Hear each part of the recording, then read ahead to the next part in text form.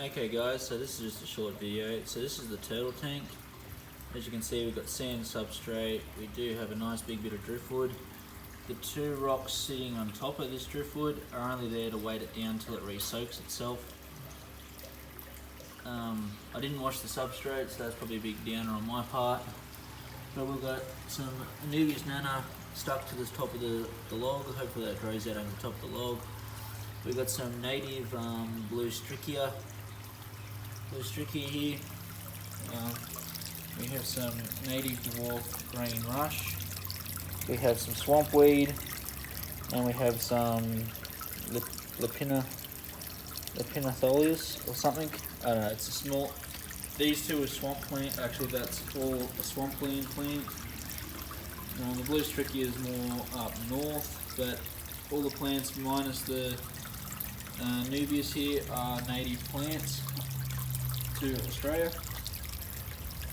So that's what we've gone with. So this is the waterfall and tank setup. We just got to put the island in. Well, actually I can set that in and just give you a quick look at what that will look like when it's done. So that's what the island will look like. We'll have a couple of rods in there to hold it up. There will be a heat mat go on that, as well as over the top of this will be a heat lamp to keep it warm all the time, as well as a UV light. So the turtle shell will be nice. So as you can see, that actually shades quite a bit of the tank. So there's no plants up this end of the tank. All the plants are down this end.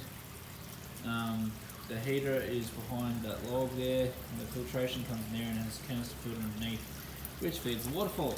So the waterfall acts as a filter for the tank as well. First filtration being the canister filter, second biological filtration being all the lava rock and plants and all that. We do have some aquasoil just underneath this, just to give the plants a bit of a boost while they get grown in. But that will soon fill up with, like, say, fish food, turtle food, all that sort of stuff. So the idea was to start with by putting the rosa barbs in here. I may change that and put the golden perch in here until they grow up a little bit.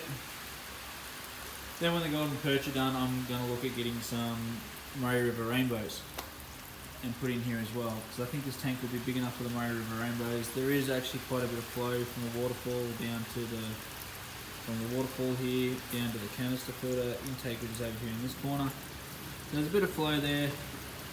This should clear up in the next day or two. I've only just turned the filters on and put the heater in and finish planting it out.